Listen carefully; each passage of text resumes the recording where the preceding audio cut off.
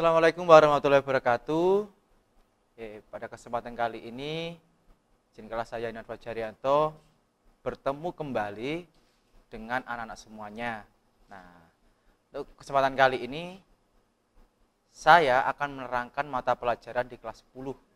Tentunya masih di jurusan Otomatisasi dan Tata Kelola Perkantoran. Mata pelajaran yang akan kita bahas pada kesempatan kali ini adalah korespondensi. Dan bagi anak-anakku semuanya, nanti jangan lupa untuk meninggalkan absennya di kolom komentar ya, semuanya ya. Oke. Lanjut ke materi. Nah, standar kompetensi yang akan kita bahas pada kesempatan kali ini ada dua, yaitu menjelaskan komunikasi lisan dan menerapkan keterampilan komunikasi lisan. Kalau menjelaskan itu hubungannya dengan teori-teori tentang komunikasi lisan yang ada dalam kantor. Nah, bagaimana penerapannya, bagaimana komunikasi yang baik antara atasan dan bawahan, antara bawahan ke atasan, dan juga antara bawahan juga bawahan atau teman sejawat dalam kantor. Itu teori-teorinya. Kalau menerapkan keterampilan komunikasi lisan itu adalah prakteknya. Nanti diharapkan anak-anakku semuanya bisa mempraktekkan teori yang sudah kami jelaskan. Itu goalnya seperti itu. Jadi goalnya ketika anak-anak bisa menerapkan teorinya, berarti anak-anak sudah memahami tentang komunikasi lisan yang kita bahas. Nah, selanjutnya, pengertian dan komponen komunikasi. Lalu apa sih yang dimaksud dengan komunikasi? Komunikasi adalah pengiriman dan penerimaan pesan atau berita antara dua orang atau lebih sehingga pesan yang dimaksud dapat dipahami. Jadi unsur komunikasi ini harus melibatkan dua orang atau lebih. Karena dengan seperti itu maka komunikasi itu dapat dianggap sudah berjalan dengan baik. Komunikasi antara komunikan dan juga komunikator itu harus sesuai, maksudnya harus nyambung antara tujuan antara komunikan sama komunikator, seperti itu. Jadi ketika sudah nyambung komunikasinya, maka di situ nanti akan tersampaikan pesan yang menjadi tujuan dari komunikasi tersebut. Pesan-pesan itu supaya tersampaikan dengan jelas dan tepat. Itu pengertian dari komunikasi. Selanjutnya ada komponen komunikasi. Komponen komunikasi ada 5. Yang pertama kita bahas adalah komunikator. Komponen yang pertama, komunikator, pengertiannya yaitu pihak yang mengirimkan pesan kepada penerima pesan. Yaitu orang yang mengirimkan pesan ke penerima pesan. Biasanya orang ini adalah orang pertama yang memang tujuannya untuk menyampaikan pesan-pesan terhadap orang lain, bisa individu ataupun kelompok. Nah, itu yang dimaksud dengan komunikator. Selanjutnya, komponen komunikasi yang kedua adalah pesan. Pengertiannya yaitu tentang gagasan, ide atau informasi yang akan disampaikan oleh komunikator, baik dalam bentuk lambang, bahasa lisan, bahasa tubuh, dan sebagainya. Jadi pesan itu bukan hanya melalui SMS, melalui WhatsApp, bukan seperti itu. Tapi selain itu, gagasan, ide yang disampaikan ketika adanya rapat, adanya conference, itu juga dapat dikatakan sebagai pesan. Kemudian ada bentuk lambang juga, ada bahasa lisan, bahasa tubuh, dan lain-lain. Kadang, maaf kalau difabel, kadang mereka menggunakan bahasa tubuhnya untuk menyampaikan pesan komunikasi kepada orang lain, seperti itu. Jadi pesan itu maknanya luas, bukan dimaknai hanya sebagai teks saja, tekstual ataupun lisan saja, ya.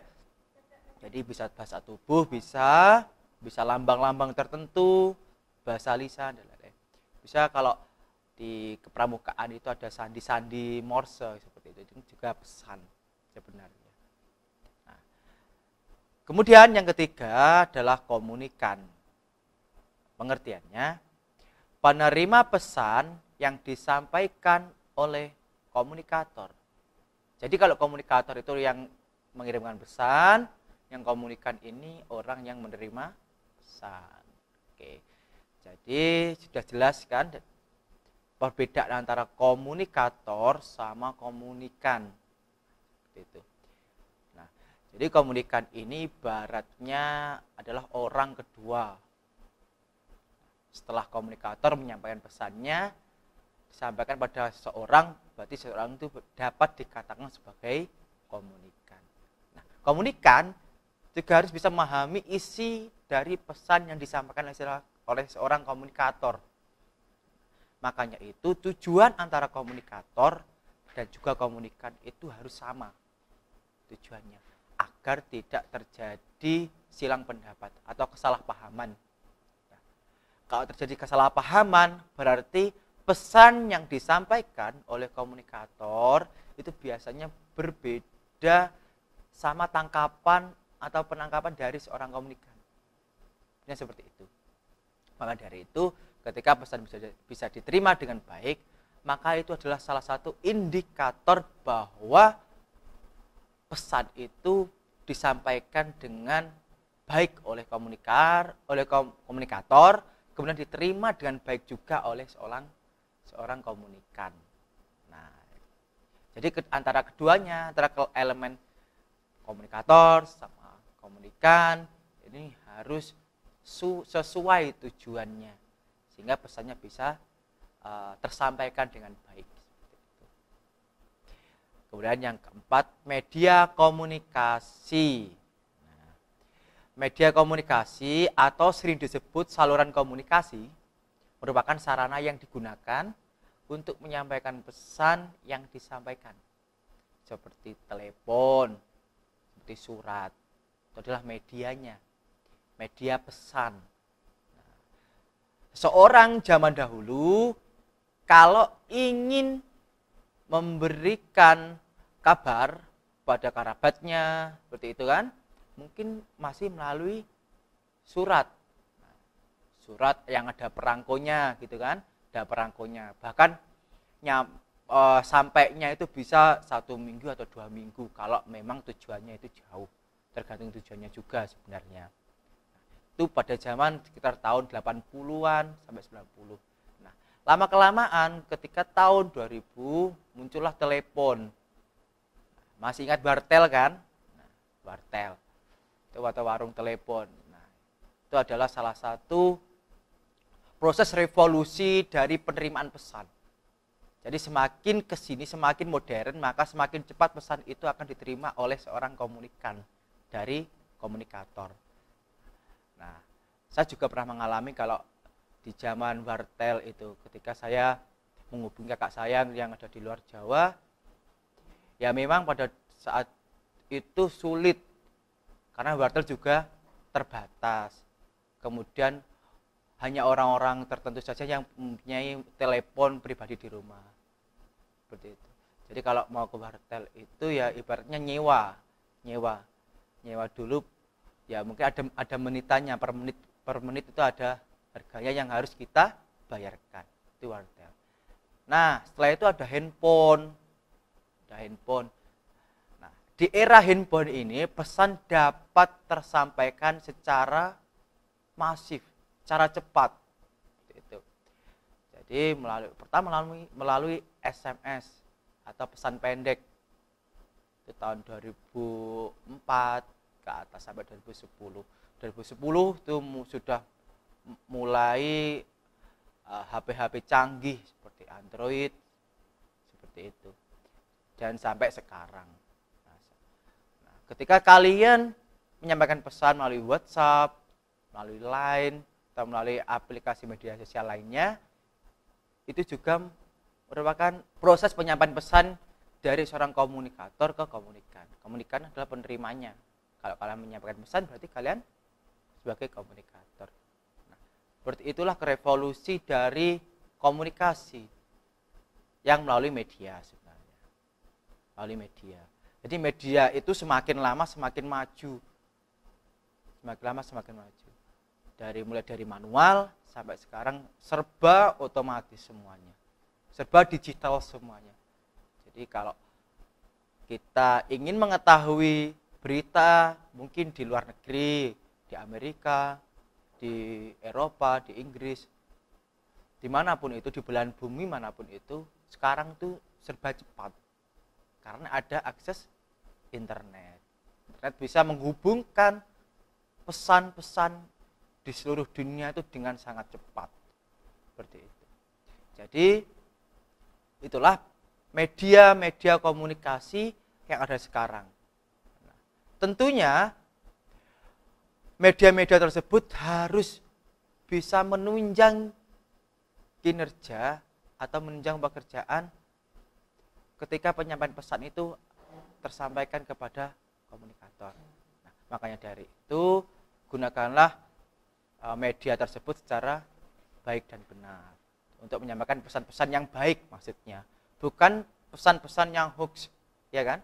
Sekarang banyak pesan-pesan yang hoax. Jadi banyak tipu daya istilahnya. Kadang demi viral atau demi rupiah seperti itu terus mengorbankan dirinya sampai mengorbankan dirinya untuk membuat berita-berita bohong seperti itu. Nah, itu salah satu pesan yang kurang baik. Dari itu gunakanlah media yang serba canggih ini di zaman modern seperti ini untuk menyampaikan pesan-pesan yang baik. Ya, seperti itu. Dan yang terakhir adalah umpan balik. Umpan balik merupakan respon atau tanggapan terhadap pesan yang disampaikan. Setelah komunikator menyampaikan pesannya, pesan diterima oleh komunikan melalui media-media yang ada, seperti itu kan. Akhirnya seorang komunikan itu harus bisa mempunyai istilahnya feedback atau umpan balik. Umpan balik ketika pesan itu diterima oleh seorang komunikan. Nah, umpan balik seperti apa? Tergantung dari pesan yang disampaikan. Yang disampaikan seperti apa? Misalnya pertanyaan yang disampaikan oleh komunikator, kemudian dipahami dulu oleh komunikan, dan jawabannya itu adalah umpan balik dari seorang komunikan yang diberikan kepada komunikator. Seperti itu. Nah, sampai di sini paham kan? Selanjutnya masuk ke proses komunikasi. Nah, proses komunikasi itu yang pertama itu komunikator tadi. Kemudian komunikator itu menyampaikan pesannya, atau proses yang kedua, yang ketiga adalah media. Nah, media komunikasi bisa audio. Pengertiannya, media komunikasi audio adalah media komunikasi yang dapat didengar dan dipahami dengan pendengaran. Contohnya radio. Radio itu hanya bisa dinikmati dengan indera pendengaran atau melalui telinga. Itulah contoh dari komunikasi audio. Atau walkie-talkie seperti itu kan. Walkie-talkie atau HT. Bisa komunikasi secara langsung, secara cepat dengan orang lain melalui audio yang ada dalam walkie-talkie tersebut. Kemudian media komunikasi visual. Pengertiannya adalah media komunikasi yang ditangkap melalui penglihatan saja. Contoh, surat, koran, majalah, itu adalah contoh media komunikasi visual. Di koran itu juga ada pesan-pesan yang akan disampaikan untuk pembacanya. Jadi jangan salah bahwa koran itu menyampaikan pesannya untuk pembacanya. Dan dengan cara apa? Dengan cara membaca koran tersebut atau membaca masalah tersebut. Maka pesan itu bisa tersampaikan. Jadi pesan-pesan itu juga ada di media visual saja. Seperti media koran dan juga majalah seperti itu. Itu media penglihatan atau media visual. Dan yang ketiga, contoh media, itu media komunikasi audiovisual, yaitu perpaduan antara komunikasi audio sama komunikasi visual. Seperti itu. Media komunikasi audiovisual adalah media yang ditangkap melalui penglihatan dan pendengaran. Contoh, televisi, dan juga ketika melakukan meeting melalui Zoom atau video conference namanya. Itu adalah media komunikasi audio visual. Tadi setelah media, lanjut ke komunikan, proses keempat. Nah, komunikan, kemudian komunikan mengartikan pesan yang disampaikan oleh komunikator. Nah, setelah pesan diartikan, akhirnya ada umpan balik. Jadi selalu ada umpan balik. Seperti itu ya. Itulah proses komunikasi. Dan komunikasi itu bisa di mana saja. Bisa di kantor, bisa ketika hidup bersosial di masyarakat, itu juga melalui komunikasi. Seperti itu kan. Jadi manfaat komunikasi yang baik itu sangat besar.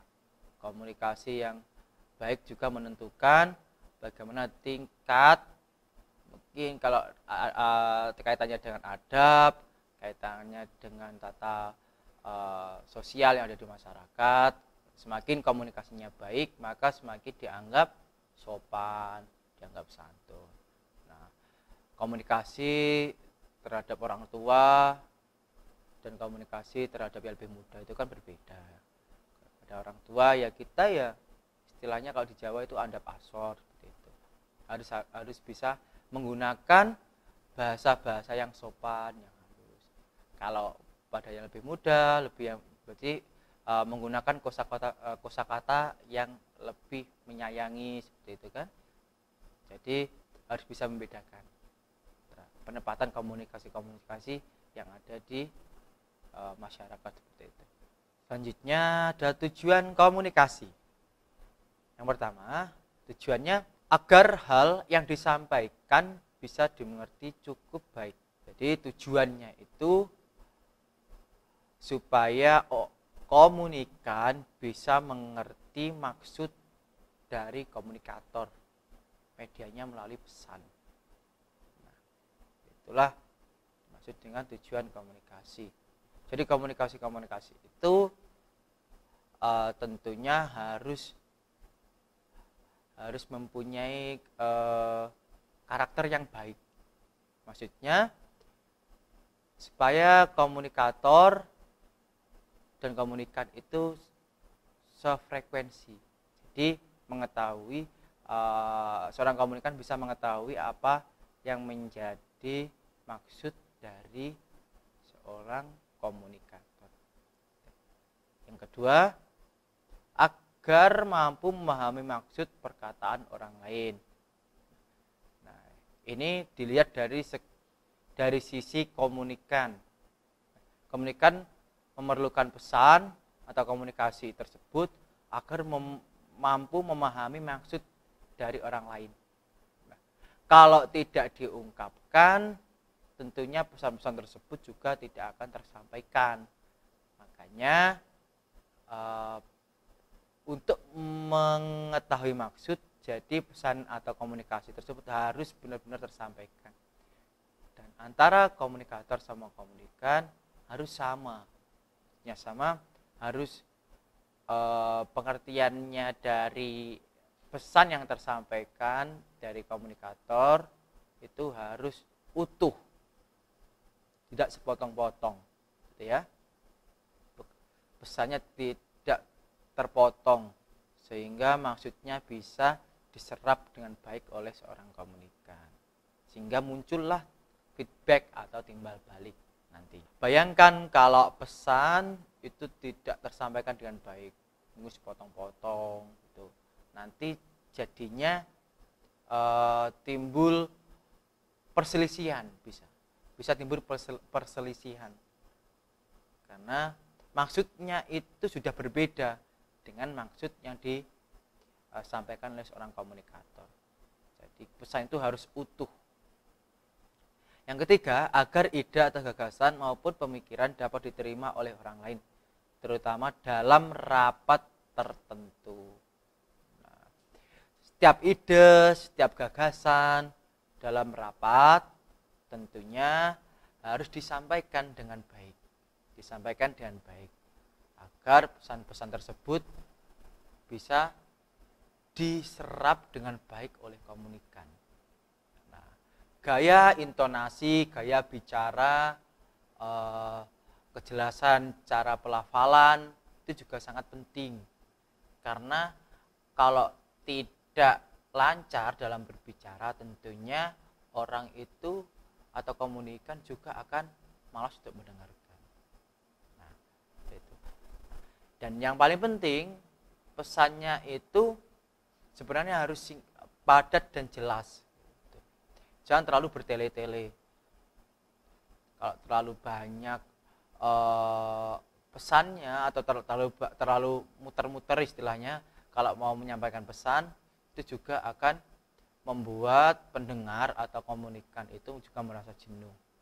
Nah, maka sampaikanlah pesan itu secara padat dan jelas. Yang keempat, sebagai penggerak orang lain untuk mengerjakan sesuatu. Misalnya kerja bakti, sosialisasi, dan sebagainya. Ketika kalian ikut organisasi tertentu, tentunya pasti ada rapat-rapat. Nah, rapat-rapat yang diadakan oleh organisasi tersebut. Nah, disitulah dibahas berbagai macam permasalahan sebenarnya dan mencari solusinya. Nah, disitu banyak pesan-pesan yang ada dan diambil kesimpulan bahwa pesan mana yang paling baik. Nah, itu yang menjadi kesepakatan forum dalam rapat. Nah, contohnya seperti kerja bakti dan sosialisasi tersebut. Kerja bakti yang baik mungkin butuh orang berapa, butuh dana berapa, seperti itu. Itu semua melalui ide-ide atau gagasan yang disampaikan dalam rapat. Nah, bayangkan kalau dalam rapat tidak ada ide, tidak ada gagasan, maka bisa dikatakan organisasi tersebut organisasi yang kurang baik dalam berorganisasi. Jadi organisasi yang baik itu pasti ada ide atau gagasan yang muncul dari anggotanya. Kemudian setelah tujuan komunikasi, lanjut ke fungsi komunikasi. Yang pertama, untuk menyampaikan informasi. Nah, ini sudah barang tentu bahwa informasi itu harus disampaikan oleh komunikator ke komunikan. Itu kan, nah, sehingga informasi tersebut bisa diserap oleh komunikan dengan baik. Penyampaiannya juga harus baik. Yang kedua, sebagai bentuk interaksi dengan orang lain. Nah, sebagai makhluk sosial, tentunya kita tidak bisa hidup sendiri, ya kan? Tentunya tidak bisa hidup sendiri. Maka dari itu, interaksi dengan orang lain itu selalu dibutuhkan oleh manusia. Bantuan-bantuan orang lain itu pasti dibutuhkan oleh manusia satu dan manusia yang lainnya. Jadi interaksi yang baik tentunya interaksi yang memang bisa melihat konteks lawan bicaranya. Lawan bicaranya seperti apa? Kalau lawan bicaranya ya tadi, kalau orang yang lebih tua ya harus lebih sopan, gaya bicaranya, intonasinya. Kalau yang lebih muda ya kalimat-kalimat yang menyayangi, kalimat yang baik, itulah. Jadi intinya bisa membedakan interaksi yang kepada yang lebih tua atau kepada atasan, pada bos, dan juga interaksi pada yang lebih muda. Atau mungkin kalau kalian menjadi manajer bisa komunikasinya dengan para bawahannya. Seperti itu. Untuk yang ketiga, fungsinya atau fungsi komunikasi untuk menjalin hubungan baik dengan orang lain. Misalnya kalau komunikasinya seperti ini, kalau bagi orang Islam misalnya di Hari Raya Idul Fitri. Hari Raya Idul Fitri pasti ketika habis sholat Id atau habis sholat Idul Fitri itu yang setiap pagi, pasti budaya khususnya di Indonesia ya saling memaafkan. saling berkunjung ke kerabatnya. Itu salah satu komunikasi. Sehingga itu bisa menjalin hubungan baik antar saudara, mungkin saudara kandung, atau saudara-saudara tetangganya, seperti itu. Nah, itu semua karena apa? Karena ada komunikasi. Komunikasi yang baik mampu menimbulkan rasa saling berempati antara satu yang dengan yang lain. Nah, seperti itu. Jadi komunikasi itu juga bisa selalu merawat hubungan, untuk menjalin hubungan baik dengan orang lain. Yang keempat, guna mengambil suatu keputusan yang tepat. Nah, dengan adanya komunikasi di dalam rapat, seperti itu kan. Nah, di situ pasti ada ide atau gagasan yang lebih dari satu. Makanya dari itu dipilihlah salah satu ide atau gagasan yang disepakati dalam forum sehingga bisa memunculkan keputusan yang tepat. Karena keputusan yang tepat itu biasanya keputusan yang disetujui oleh forum. Kalau dalam rapat seperti itu dianggap tepat, paling tepat. Mungkin persentasenya paling banyak seperti itu. Nah, itulah salah satu fungsi dari komunikasi tersebut, untuk mengambil keputusan yang tepat. Dan yang kelima, itu menghindarkan adanya kesalahpahaman. Ini pasti bahwa unsur atau fungsi komunikasi yaitu menghindarkan adanya kesalahpahaman. Bayangkan kalau tidak ada komunikasi sudah lama gitu kan, atau mungkin kita tidak menjalin komunikasi dengan orang, nanti dikiranya bahwa kita kurang menghargai orang tersebut, walaupun sebenarnya kan kita bisa melakukan komunikasi kepada orang tersebut. Makanya dari itu, dengan seringnya komunikasi itu meminimalisir adanya kesalahpahaman. Jadi kalau ada salah-salah, ya tentunya harus segera dibenarkan agar kesalahan yang sama tidak terulang kembali. Selanjutnya, jenis-jenis komunikasi. Komunikasi berdasarkan penyampaian dulu. Nah, ada lisan dan ada tulisan. Nah, pengertiannya, komunikasi lisan adalah komunikasi yang dimaknai sebagai jenis komunikasi yang terjadi secara langsung tanpa ada batasan jarak. Misalnya, dalam rapat, dalam wawancara, ataupun percakapan biasa. Jadi, komunikasi lisan itu biasanya bersifat langsung, secara langsung, tanpa adanya batasan atau jarak. Seperti itu. Sedangkan komunikasi tulisan adalah komunikasi yang penyampaiannya dilakukan dalam bentuk tulisan. Misalnya naskah, spanduk, undangan, dan lain-lain. Itu merupakan undangan ketika ada acara, itu merupakan atau salah satu jenis komunikasi, khususnya di komunikasi tulisan. Karena di situ disampaikan pesan bahwa mengundang saudara untuk mengikuti acara tertentu pada hari apa, tanggal berapa, jam berapa. Itu termasuk memenuhi unsur pesan. Pesan-pesan disampaikan ada dalam undangan tersebut. Itulah jenis-jenis komunikasi berdasarkan penyampaiannya. Kemudian yang kedua, jenis komunikasi berdasarkan ruang lingkup. Ada internal dan juga eksternal.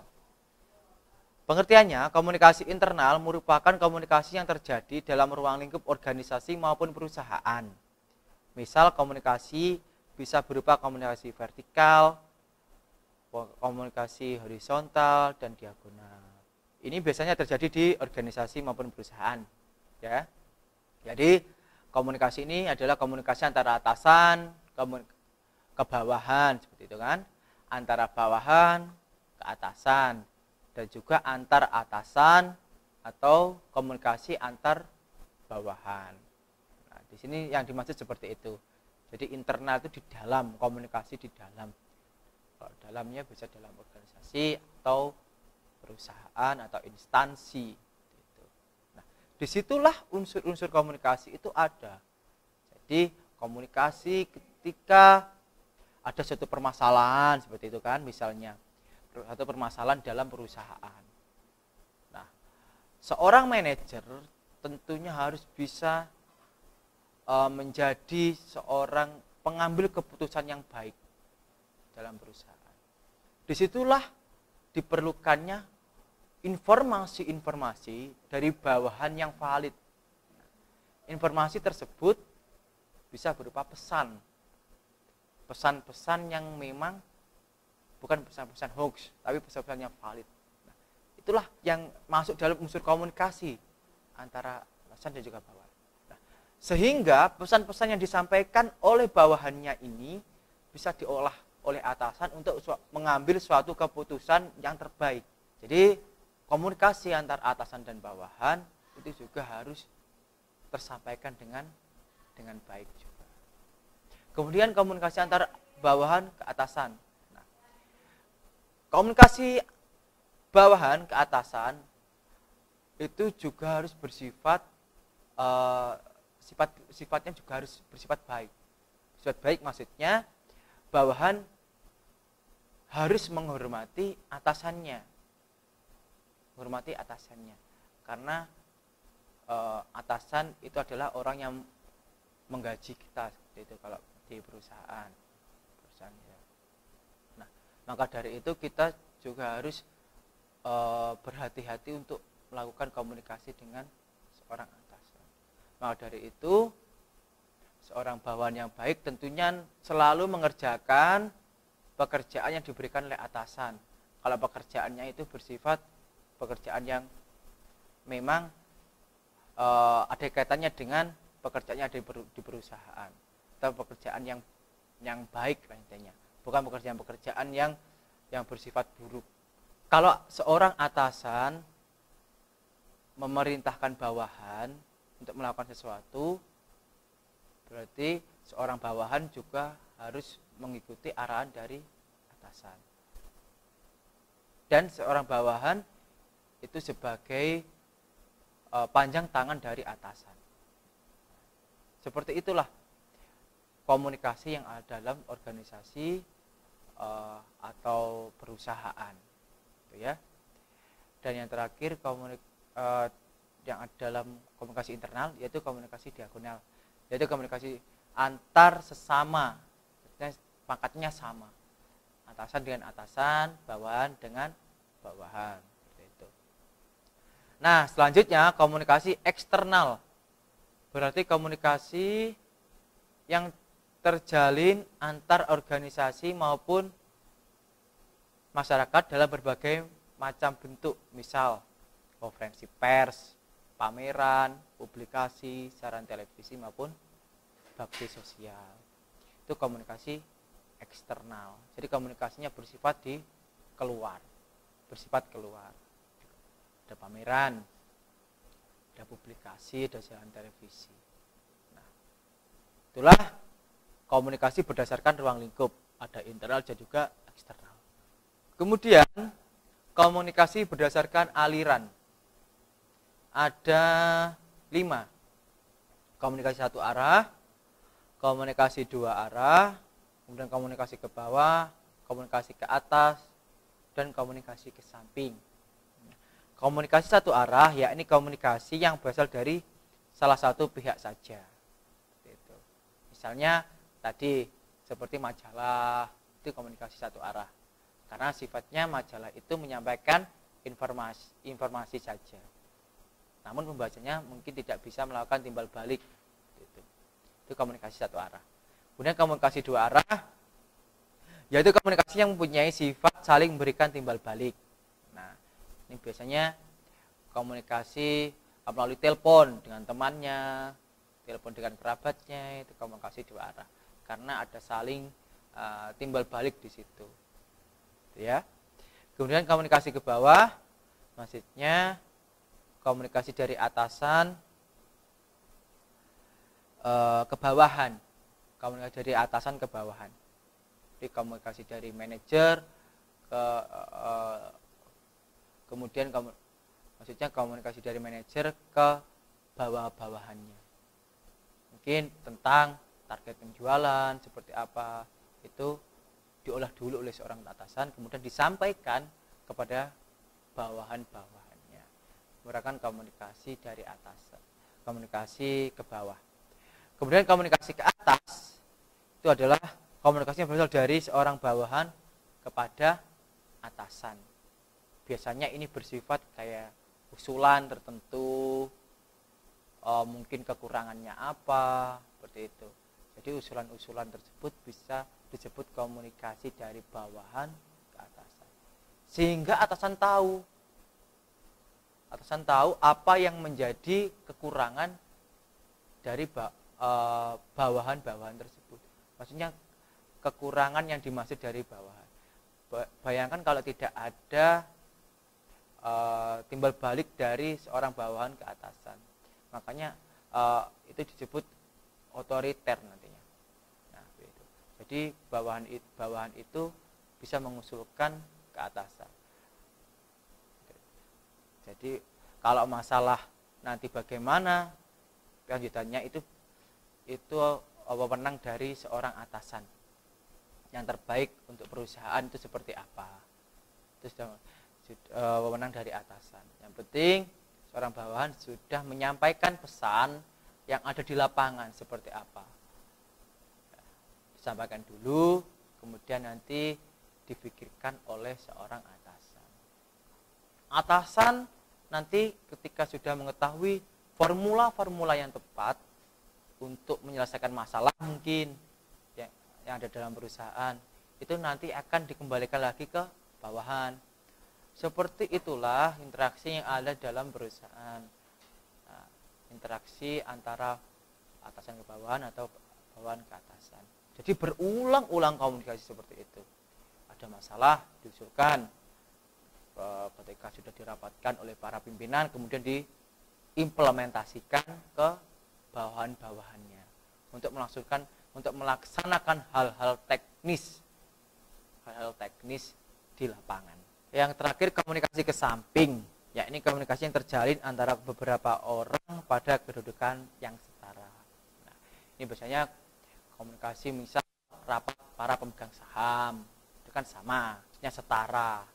Nah, itu namanya komunikasi ke samping. Nah, misalnya rapat para sales penjualan dalam divisi penjualan, itu namanya komunikasi ke samping, karena mereka mempunyai pangkat yang sama dan kedudukan yang sama juga. Nah, itulah yang dapat saya sampaikan di mata pelajaran korespondensi dalam kesempatan kali ini. Semoga bisa bermanfaat bagi anak-anakku semuanya dan bisa menyerap ilmu apa yang saya sampaikan. Nah, akhir kata, ada salah-salah kata, saya mohon maaf yang sebesar-besarnya. Assalamualaikum warahmatullahi wabarakatuh.